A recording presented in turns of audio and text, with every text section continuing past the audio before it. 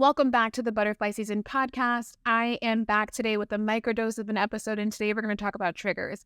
I don't mean triggers like in a toxic positivity way where I'm like, if you're triggered by me, then that's a you thing.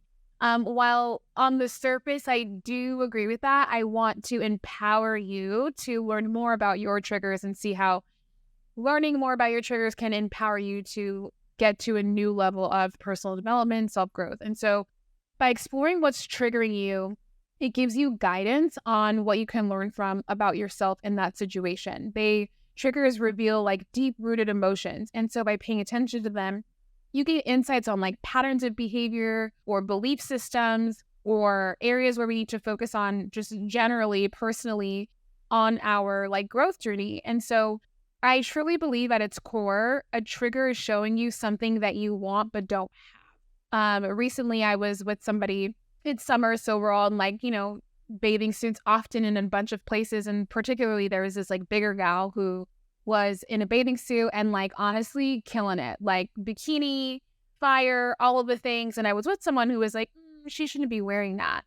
And at that point, I'm on my own journey. So not often if I'm not invited, especially as a projector, if I'm not invited, I'm not like giving unsolicited advice anymore. And so I was just quiet. And then later on, maybe like a few days later, we see the gal again, same type of vibe, outfit, bigger gal, killing it in a bikini and all the things. And the person I was with was like, you know what? I'm not mad at her. Like, she's really confident and I feel like I could never pull something like that off. And in my mind, I was like, there it is.